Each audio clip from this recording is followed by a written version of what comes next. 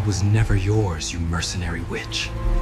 I was holding a glass of champagne when I saw her Instagram post.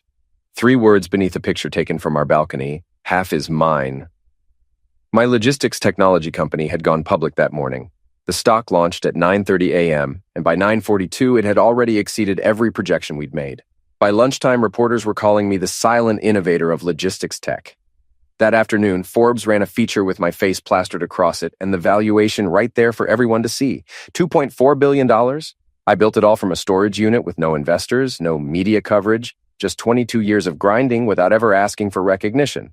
And there she was, Jessica, holding a glass of my expensive champagne in her freshly manicured hands, posting about how she couldn't be prouder, as if she'd ever spent a single night packing orders in that freezing concrete box with no heating system. At dinner that evening, she laughed too loudly with her new circle of friends, all surgically enhanced and connected to lawyers, joking about how once the next funding round closed, she'd be buying an island. She kept using this new phrase she'd adopted: "I've earned it." Strange how she never said that when I was eating canned beans in the back of a delivery truck because we couldn't afford to pay rent anywhere. She didn't post selfies back then. She didn't smile about being partners when I was sleeping in the office with a Colt under my desk after someone broke in the week before. But now things were different. Now I was a prize, a trophy, something to create envy. She paraded around like a walking stock ticker, wearing designer heels and professionally applied makeup. Then came the post that broke something fundamental inside me. She stood on that marble balcony, the one I had custom installed after we closed our first major international vendor contract, with a champagne flute in hand, hips angled toward the sunset, wearing that self-satisfied expression of someone convinced they'd already won.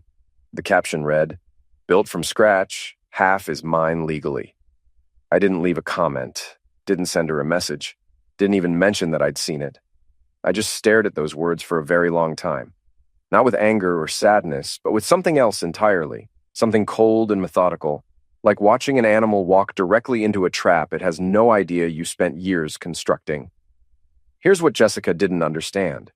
She assumed she'd married the CEO of a successful company. She had no clue that the man she married never actually worked as an employee of that company, never drew a salary, never appeared on any payroll documentation. He wrote the original blueprints. He created the foundational contracts. He owned the invisible framework beneath the visible company, the parts you can't locate on any capitalization table or discover in any annual financial report. She wasn't trying to steal from a regular businessman. She was kicking what she thought was a paper beehive, not realizing it was actually a hornet's nest, packed with legal clauses, protective mechanisms, irrevocable trusts, and carefully constructed time bombs.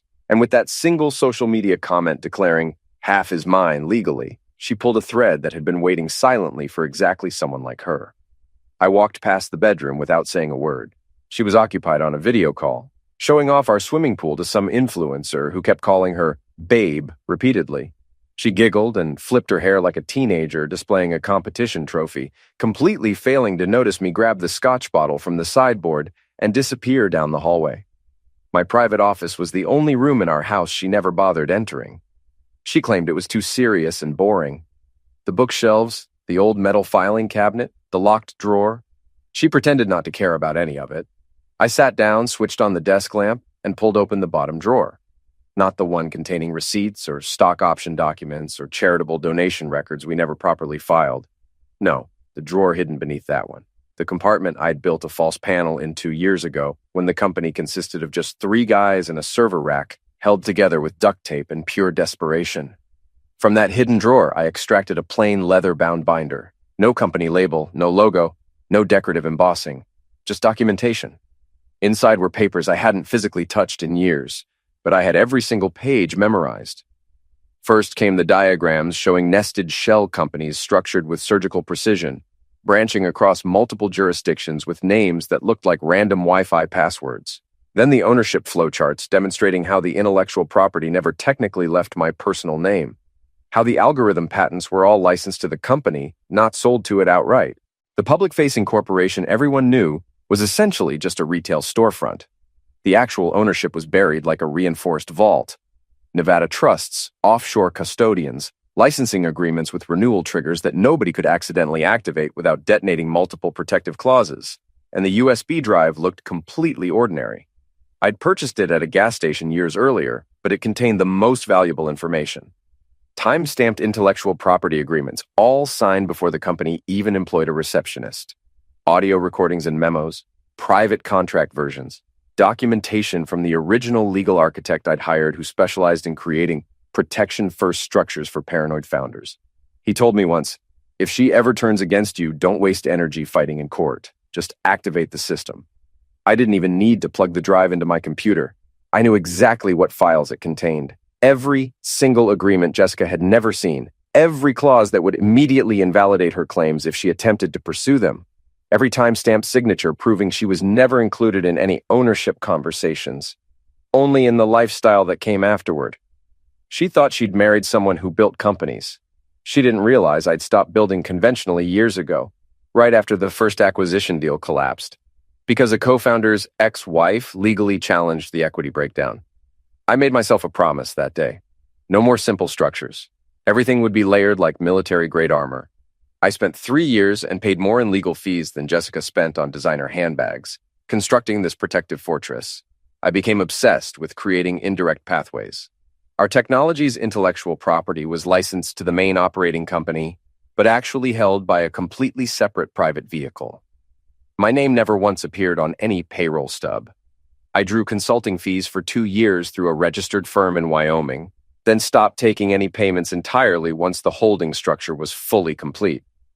From the outside perspective, I appeared to be just a charismatic founder with poor posture and an interesting backstory. But behind every smiling photograph, every conference stage appearance, existed a massive stack of legal time bombs engineered to accomplish one specific objective: outlast any betrayal. It wasn't bitterness driving this, it wasn't paranoia. It was pure realism. I'd witnessed too many brilliant entrepreneurs get shredded in divorce court by people who once whispered loving words in their ears while secretly memorizing their account login credentials. Jessica never asked questions about the licensing arrangements, never wondered why I never received a W-2 tax form. She was too busy enjoying the lifestyle narrative. She loved being identified as the founder's wife. The fancy dinners, the board meetings, the magazine interviews where she got to use words like "we" and "our journey" and "our beautiful home." She saw herself as the co-architect of everything, but she never actually looked at the blueprints. And now she was stepping directly into a battlefield constructed entirely from paper clauses and reinforced silence. Every contract she never bothered reading was a tripwire. Every social media post she published was a breadcrumb leading her straight toward them. She thought she was divorcing a husband. She was actually picking a fight with a ghost entity hidden inside a dozen different limited liability companies. And I was finished pretending that wasn't exactly according to plan. Years before she ever spoke the word divorce, I stood barefoot in a cheap hotel room in Reno at 2:14 in the morning, staring at the blinking cursor on a legal intake form. My flight had been delayed, and the hotel reeked of stale coffee and regrettable decisions. I just walked out of a technology conference where a venture capital panelist warned a room full of overconfident 30-something entrepreneurs. The number one threat to your company isn't a competitor, it's your co-founder's romantic partner. Everyone in that room laughed. I didn't, because I wasn't laughing when I watched a close friend lose 2 patents and his stake in his own company due to a poorly timed engagement and a subsequent fight that transformed into an alimony catastrophe. That night, I didn't sleep at all. I researched obsessively. I called a lawyer in Las Vegas who only answered because I used the specific phrase Series LLC and dropped a referral name that made him immediately pay attention. By sunrise, I'd formed the skeletal framework of what would eventually become my protective shield. A Nevada Series LLC where each subsidiary possessed its own legal firewall. One subsidiary held the original algorithm. Another contained the vendor routing patent. A third, completely separate entity was structured exclusively around intellectual property licensing. None of them existed in the name of the public-facing company. None were traceable through a single-step search process. And every single one of them fed ownership benefits directly to one private trust, mine. The company name everyone recognized, the one the media loved covering. That was essentially a leased identity. I engineered it that way, deliberately. A legally distinct, entirely public-facing shell that operated under renewable contracts and borrowed authority from the real operational machinery buried 5 structural levels below the surface. Think of it this way. She married the showroom. I lived in the basement where the actual blueprints were hidden. She was present for the press photo opportunity when we opened our second campus building. What she didn't know was that the land wasn't owned by the company at all. It was owned by a private real estate LLC I'd formed with the Intellectual Property Trust as the beneficiary. The company paid monthly rent to that holding company, which then paid dividends to a blind trust. That blind trust paid me a consulting stipend, technically independent of any salaried employee classification. So, no, I wasn't on any payroll. Never had been. And when I say the technology was licensed from me, I mean exactly that. Every line of code, every internal tool, every piece of vendor technology, including the AI routing model she loved bragging about at cocktail parties, all of it originated in a private development repository I'd maintained for over a decade before the public company even legally existed. I had already filed provisional patents and structured a time-release licensing scheme with specific terms. And here's the critical part. Every licensing agreement contained sunset clauses. This meant that if a divorce, civil dispute, or public ownership claim occurred involving either the company or myself personally, the license could be revoked immediately. Not just canceled, but revoked retroactively and automatically, pending mandatory arbitration, which would be conducted not in any public court but in Delaware, behind completely closed doors under the authority of the original private entity. Jessica wouldn't even be permitted in the room during those proceedings. That was the genius of the structure. The deeper anyone looked, the less clear anything became. She could subpoena every employee record she wanted. She'd discover nothing useful. She could demand capitalization tables, employment contracts, even internal HR email chains. I didn't exist in those files. I existed outside them, around them. I was the ghost living in the infrastructure. The truth is, when I originally built this protective system, I never expected to actually need it.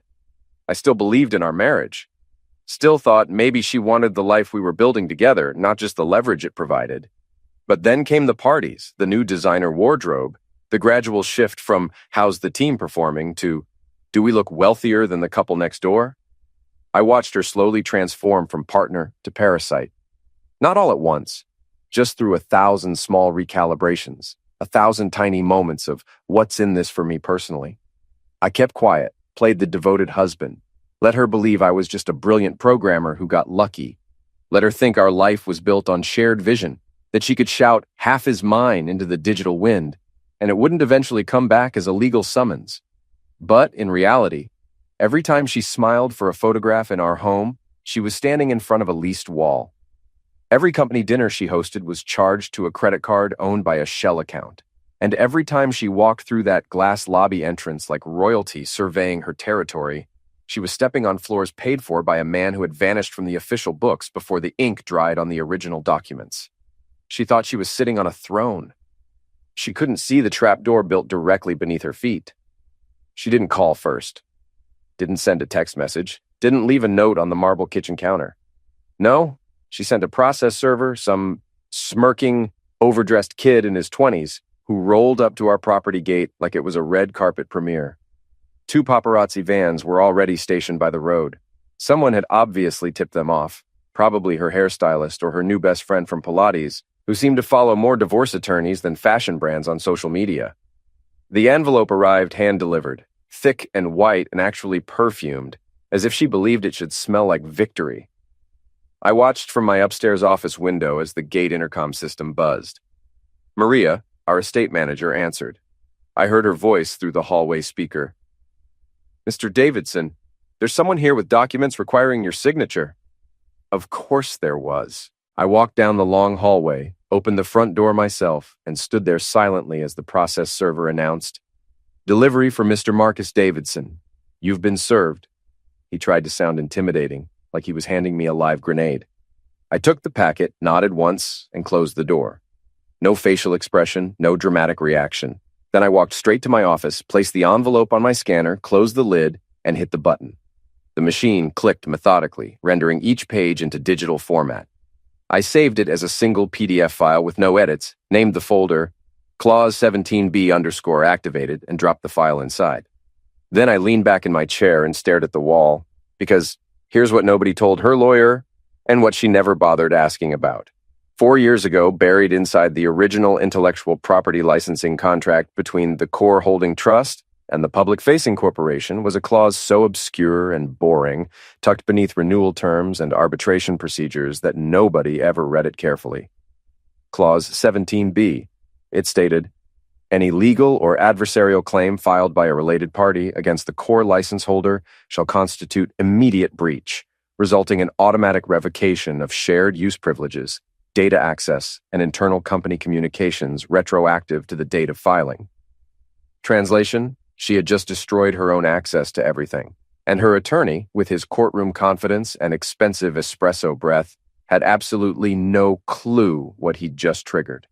The irony was that I'd actually warned her once. Not directly, but during one of our late-night wine conversations back when we still talked like partners, she'd asked what would happen if a lawsuit ever came from inside the house. I told her, half joking, "You'd better hope it doesn't. The licensing arrangements aren't friendly." She laughed. She thought I meant financial penalties. She didn't understand that the penalties were automated, pre-programmed, silent. That once she signed her name and submitted that legal filing, the system would handle everything else without me needing to lift a finger. No password resets, no manual approvals, just tripwire detonation. And now that she'd pulled the trigger, the entire security matrix built across 5 states and 3 countries was already adjusting automatically. Her company login credentials were being flagged. Her cloud access was scheduled for complete purge. Her building access badge was being reclassified as inactive. Internal communication channels were revoking her permissions in real time. Even her assistant's Slack login, which was tied to her permissions structure, would be terminated by midnight. It wasn't personal. It was architecture, pure system design. I didn't scream or cry or even call my attorney. He already knew what was happening because we'd planned for this exact scenario years ago. The folder name hadn't changed since I first created it. It had been waiting patiently. What Jessica filed wasn't just a divorce petition. It was the launch code for a system designed to protect everything I'd built. She thought she was stepping into court for an equitable asset split. She didn't know she was trespassing on a private licensing agreement, one she'd never read, never asked about, and never imagined could retaliate harder than any prenuptial agreement ever could. And the moment her signature hit the court docket, everything she thought she had legitimate claim to started slipping through her fingers. Not with drama, but with cold legal silence. The kind of silence you can't argue against or scream over. 2 days after the filing, she drove up to the office building in her white luxury SUV, the same vehicle she'd insisted on ordering fully loaded so she could look appropriate at leadership summits she was never actually invited to attend. She parked in the reserved founder spot, which she'd never been officially listed under, and marched past the security booth without making eye contact. She wore her statement blazer, the red one she saved for investor dinners and practiced TED Talks she rehearsed in front of mirrors.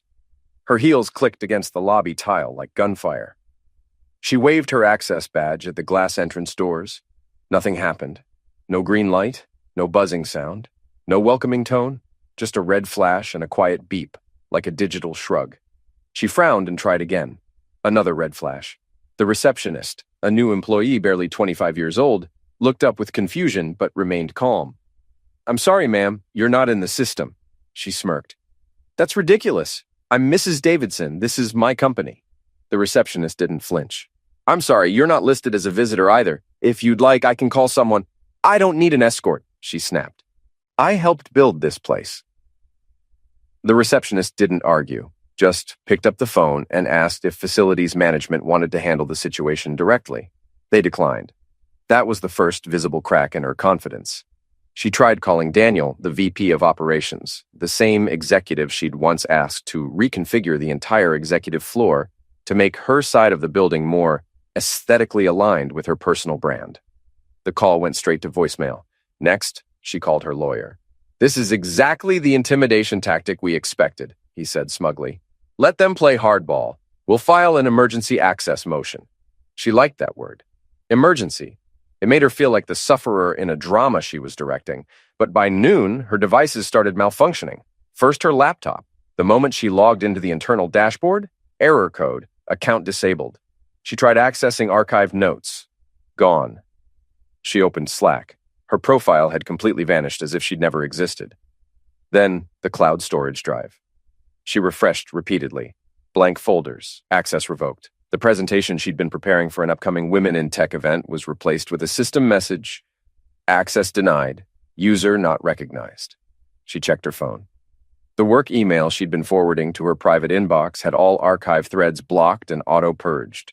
She called the IT help desk directly. "Hi, this is Jessica Davidson. Sorry, we can't confirm employee details without a current badge ID. I am Jessica Davidson. I'm sorry, ma'am, you'll need to speak with HR." But human resources already had their instructions. Quiet instructions, long prepared. The moment Clause 17B was triggered, internal compliance tools activated automatically, access lists updated, audit trails locked. Her credentials were flagged as terminated with prejudice, an internal designation used exclusively for hostile actors or breach of contract parties. To the system, she wasn't a co-founder's wife anymore. She was a security threat. She sat in the front seat of her SUV, fingers trembling as she refreshed her screen over and over, desperately trying to log into something, anything that would give her a foothold. Still nothing. She texted her assistant, Emily, because yes, she'd actually renamed her assistant Emily Jr. as a branding joke. But the text didn't go through. Green bubble, unregistered. Her assistant's number had been wiped from the internal phone directory. Even her email signature had vanished from recent message replies. She checked the company directory online. No mention of her, not even as a board advisor. Her biography had been replaced with an empty placeholder. She was now classified as a former contributor. She didn't understand how she could be locked out of something she'd helped present, promote, smile for, wave at in photographs. She didn't know that every email she'd ever sent from her company address was technically routed through a third-party server under the IP licensing umbrella. She didn't know the photos on the company website were under a brand usage license, and that license had expired the moment her legal filing was timestamped. And she definitely didn't know that every trace of her access had been mapped, scheduled, and programmed to vanish exactly 2 business days after trigger conditions were met. She thought she was being punished personally. She didn't understand this wasn't personal at all. This was simply the machine turning off a compromised terminal. And for the first time, her anger transformed into something else entirely. Not confusion or frustration, but fear. The kind of fear that arrives when you realize you've been trespassing in a world that was never actually yours. And now the walls are folding inward, not loudly, not quickly, but methodically with no exits remaining. 3 weeks later, she walked into the courthouse like it was a product launch party. Fresh professional blowout, designer suit with matching clutch. Even her walk was different, theatrical and purposeful. Her legal team flanked her like a presidential security detail, all dark suits and smug efficiency. The lead attorney, Richard Stone, partner at a firm so expensive they literally charged clients for bottled water, actually laughed when he glanced at the court docket. "This'll be finished in an hour," he said to one of his associates, loud enough for the echo to carry down the hallway. She smirked like she believed it completely. Her confidence looked surgical, practiced. She greeted the bailiff like a regular attendee, crossed her legs precisely when she sat at the petitioner's table. She pulled out a sleek leather notepad, clicked her expensive pen, and leaned over to whisper something rehearsed to Stone, who chuckled in response. She scanned the courtroom, clearly expecting me to arrive with some overworked solo practitioner fumbling a manila folder full of desperate hope. But I didn't walk in late. I was already seated, same gray suit I'd worn to the IPO reception, same black watch, same silence. My attorney, Catherine Miller, wasn't loud, didn't smile for anyone, didn't shake hands. She carried only one object, a sealed navy blue envelope, standard legal size, unmarked except for a date printed in silver ink on the flap. The judge entered, and everyone rose. Jessica adjusted her collar like she was preparing for a magazine photo shoot. The judge called the case, Davidson versus Davidson. He nodded for opening statements. Stone stood with perfect posture. "Your Honor, this is a straightforward matter of equitable distribution. Our client was a material partner of both household and company development. Our claim seeks 50% of equity acquired during the marriage, including assets derived from the recent IPO of Davidson Enterprise Group." "Which enterprise group?" Catherine asked quietly. Stone blinked. "The public-facing logistics firm now valued at—" Catherine stood. No speech, no theatrics. She simply walked to the bench and handed the judge the envelope. The judge opened it and began flipping through the contents. First, notarized trust ownership certificates dated 7 years before the IPO. Second, licensing agreements between the core IP trust and the operating company, all with active renewal status and breach clauses, including 17B third. Independent valuation audits from 2 major accounting firms confirming the company's intellectual property was privately held and merely leased to the entity that went public. Fourth, a USB flash drive. The judge inserted it into a port on his terminal, clicked a file, and a slideshow of social media screenshots appeared on his screen. Every single post where Jessica claimed ownership. Every caption saying, "I helped build this." Most damaging, the "half is mine legally" post, dated, geotagged, with hashtags linking directly to the corporate brand. Stone interrupted. "Your Honor, we dispute the enforceability of that clause." "Which clause?" the judge asked without looking up. "Clause 17B, Your Honor." The judge finally paused, adjusted his glasses, and said, "The clause that voids shared access and removes benefit claims for any party who files adversarial action while using licensed assets? That clause?" He clicked to the next page. A compliance memo signed by the original license drafters, stating in explicit terms that Clause 17B activates automatically upon legal filing. Assets revert, access dissolves, and any claims made while still utilizing said assets may constitute breach, not entitlement. He turned directly to Stone. "You do realize this clause has legal precedent. It's been upheld in federal court twice. You didn't think to research that." From her side of the table, Jessica shifted slightly, like her spine was beginning to sense the structural crack forming at its base. Stone muttered something about interpretation and intent, but nobody was listening anymore. Catherine remained seated, hands folded, not even glancing in my direction. The envelope was doing all the talking. The judge flipped through the final exhibit. A copy of Jessica's notarized signature on estate renovation documents that included a small clause about the IP licensing agreement as a household expenditure exception, effectively confirming she knew the brand was leased, not owned outright. Her initials appeared right there twice. I leaned back slightly.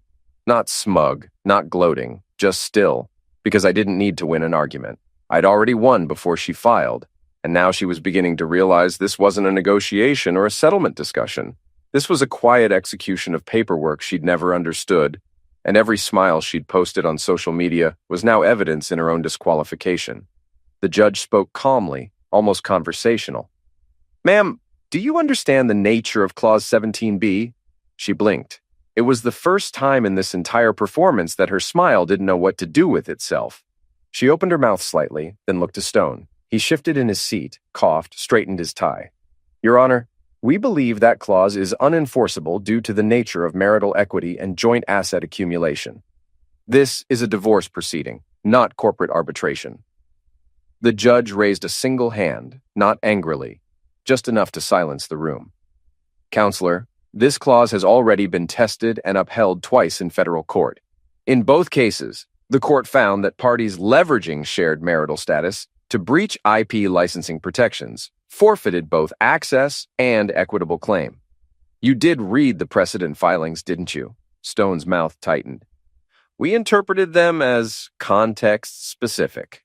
"Ah," the judge said, his tone now as neutral as a falling blade.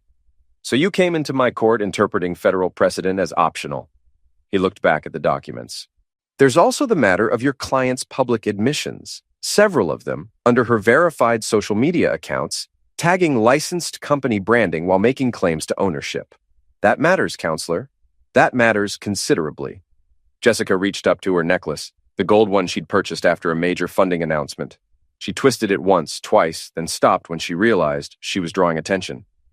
"Your Honor," she said finally, her voice too sharp, too breathless. "Surely this isn't about a clause hidden in a contract I didn't even sign?" The judge looked at her directly. "You signed multiple documents referencing the licensing structure, including disclosures attached to your own estate renovation filings, and you benefited financially, personally, and reputationally from those licensed assets. That matters more than you think." "I never understood the details," she muttered, grasping for sympathy. The judge said evenly, "That is not a legal defense." Then Catherine pulled out one final folder and slid it across to the bench. The prenup. Signed, acknowledged, dated 3 years before the company even had a functioning product, let alone any valuation.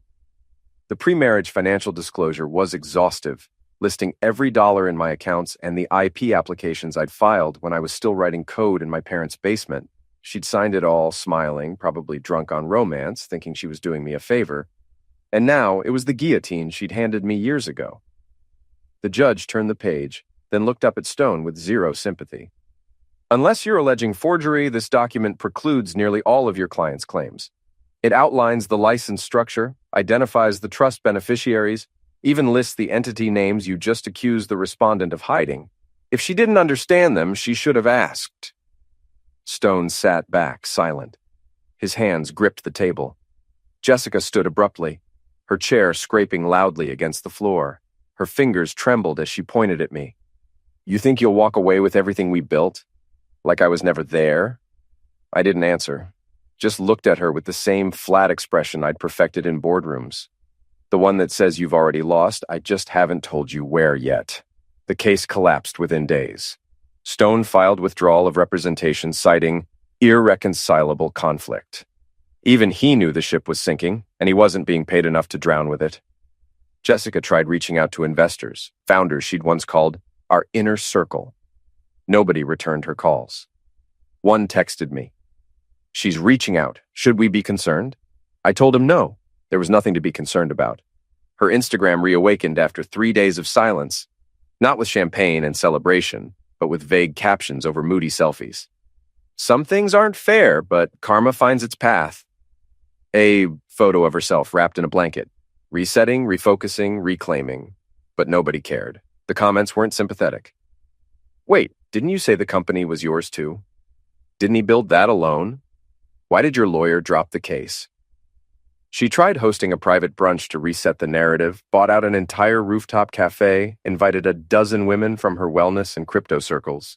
Only 3 attended. 1 left after 10 minutes.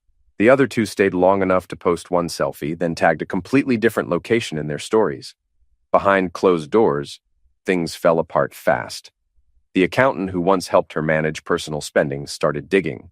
Some transfers from shared accounts to her marketing projects got flagged once the case hit the news. The tax office launched an audit. No charges yet, but warning letters came. One of her credit lines got frozen. She drove out to the vineyard we'd used for weekend getaways. The gate didn't open. She no longer owned it.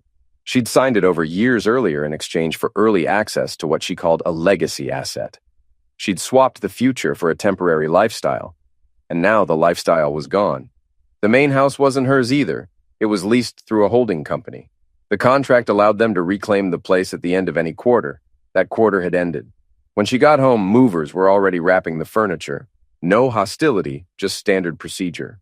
A new tenant was coming, a junior executive from one of my partner firms. The lease had transferred. Her name wasn't on anything. She argued with the moving crew. The foreman handed her the papers. She wasn't listed anywhere. Later that night, she made one last post online. No selfies, no location tags, just black text on a white background. Be careful who you build with. They might bury you under the foundation. I didn't respond. Nobody else did either. No messages of support. Only screenshots passed around in group chats and whispered about at dinners. She wasn't an influencer anymore. She was a warning. The final hearing felt dull, almost routine. She didn't look like the polished woman from the first session. No styled hair, nail polish chipped, a loose gray cardigan, red eyes, not from tears, but from fatigue, legal exhaustion, public silence, private collapse. The gallery was nearly empty. No press, no friends in designer sunglasses, just her, a nervous young court-appointed lawyer, and me sitting where I'd sat every hearing. The judge entered like this was just another file on his desk. He flipped through the thick stack of documents Catherine had submitted, a full breakdown of ownership, valuations, and triggered clauses. He skimmed a page and let out a small laugh. "Ma'am," he said, "this clearly contradicts your claim. It says the respondent was never employed, contracted, or salaried by the company in question." Jessica froze, blinking. She didn't get it. He continued. "He doesn't work for the company. He owns it through multiple irrevocable vehicles. The entity you sued isn't the source of his wealth. It's just a licensee. Your claim assumes he was an employee, but he never was." Her lawyer dropped his pen. It hit the floor with a sharp click. No one picked it up. This wasn't just a loss. It was total erasure. No equity, no lawsuit, no leverage for a deal. All the "we built this together" posts had been nothing more than a borrowed image. I stood up, fixed my sleeve, nodded to Catherine, and walked out. The door creaked behind me. She didn't turn her head. She stared forward, blank. She'd wanted a fight, headlines, a win to parade. What she got was a quiet wipeout. No cameras, no spectacle, just a permanent court record she can never undo. She had believed the story would follow her script, but I wasn't acting. I was executing a plan I'd built years ago in a cheap hotel room, brick by legal brick, while she was busy picking filters to make herself look powerful. The empire she thought was hers had never been real. She'd spent years admiring a reflection in a mirror I built, at an angle I controlled. Now that truth lived in court records, tax files, and every legal database that mattered. She'd walked in expecting half. She walked out with nothing but the cold reality that she'd never understood the thing she married. Not a man, but a structure. Not a shared empire, but a well-guarded illusion built to survive betrayal. I held a cold champagne glass on the marble balcony she used to pose on. The city skyline stretched before me. My company's logo gleamed on 3 buildings. She never knew who actually owned them. Every asset was hidden behind layers of legal walls she'd never cared to learn about. She thought half belonged to her. It never did. By the time she realized where the treasure really was, every map was fake and every door was locked long ago.